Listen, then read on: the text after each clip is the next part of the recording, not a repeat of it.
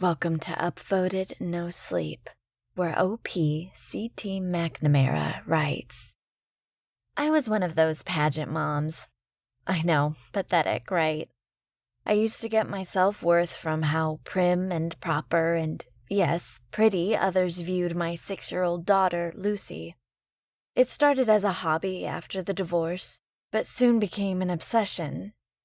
Poor Lucy, being made to strut around, to perform on her tiny keyboard, wearing thick makeup more appropriate for a lounge singer. But I thought she enjoyed it, and it gave me something to post on social media.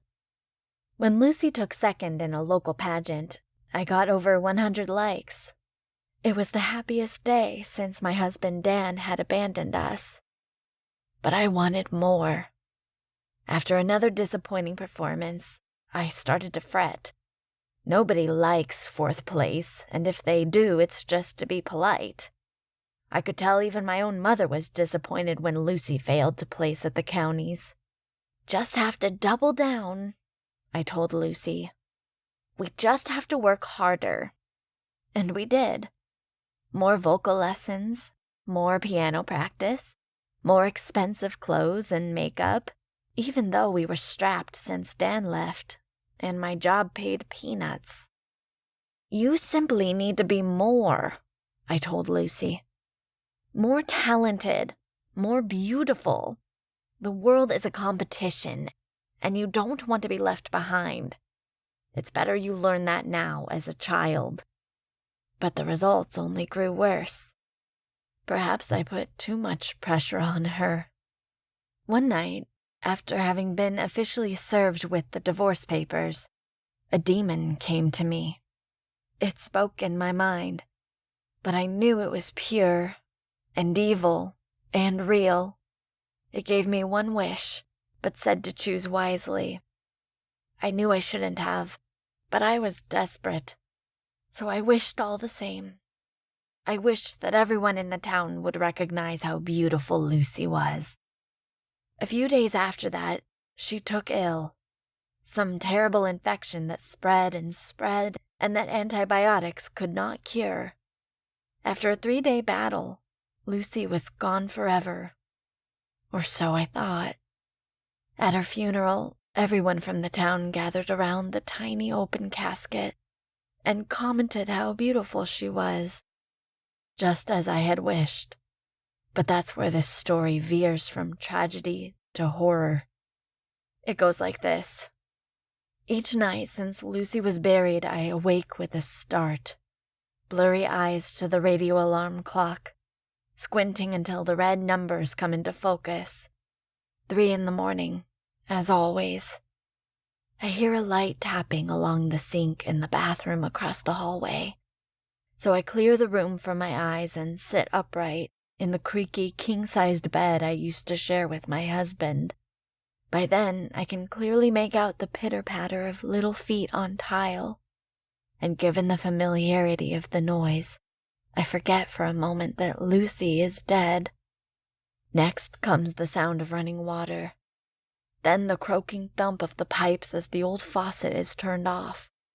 So I slip out of bed, sliding my ratty nightgown against the low-count sheets, feeling the horror of regret, as well as true repulsion and terror. In these moments, I feel as though I am being carried forward by some oblique yet indefinable momentum. Every night I wish it's a dream, or even a nightmare, but it never is. Just reality. Harsh, unblinking reality. As I near the bathroom, my nose is assaulted by the distinct smell of earth, as though Lucy had just come home from trundling through a local park. On I walk to where bathroom meets hallway, moonlight snaking in through the foyer window and dancing like tiny zombies across the carpet. There is fresh dirt staining the carpet, a trail of breadcrumbs to where I must go. I will clean it up later, a mother's duty. Downstairs I can hear the front door ajar, heavy wind throttling it back and forth. I would like to lock the door, but I dare not resist my little Lucy. She's always had quite the temper. As I trudge forward, out of the corner of my eye, I see her empty bedroom and all its empty pageant ribbons and trophies. More trophies than toys, I realize bitterly. I walk on toward the pale iridescence sneaking out from under the bathroom door's piney frame, as though the door itself is a splintered coffin. I open the door at last, tasting metal in my throat, and a steady pulse rattle through my body like electric current. Inside, it is always the same. Lucy standing on her tippy toes, using the mirror above the sink to apply lipstick. She turns to face me, growing more decayed with each passing day. Mommy!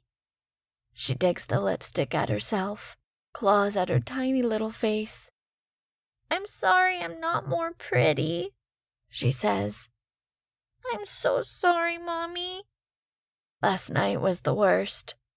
The smell of a slaughterhouse. My daughter's rotten face, colorless, with bits of dry patches forming where the skin has deteriorated away from the bone. Wearing that pageant red lipstick, dressed in the gaudy pageant gown I had hand-sewn for her just a few weeks back. Red as the lipstick, with black frills as accents. Lucy, I say. Why are you here again? Because I live here, she says, tears soaking through moldering eyes. Not anymore, I say. Because I'm not pretty anymore? She asks, and I feel both love and, yes, repulsion as I take her hand. I woke up in a lonely place and realized I must not look pretty, she had said that first night. When I first awoke, I thought I was ready for another pageant. My hair was curled and I could taste makeup on my lips. But then I was alone. I knew I wasn't pretty. I knew I had to come home and get pretty.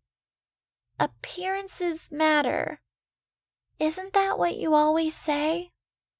I know then the horror of my wish, and all the moments leading up to it. I had tried to make a doll of my child, and now she was but a voodoo doll I could not be released from. I had made a horror of us both. It's cold and lonely there, Lucy said last night. Why do you keep returning me to the lonely place?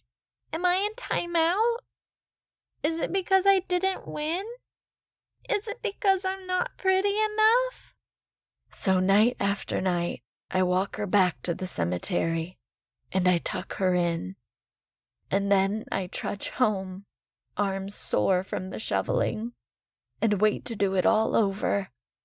This new ritual of the macabre. But now I must go. I've been up later than usual, and I think I hear a scratching at the front door. It will soon be time to help Lucy with her makeup, or at least what's left of her.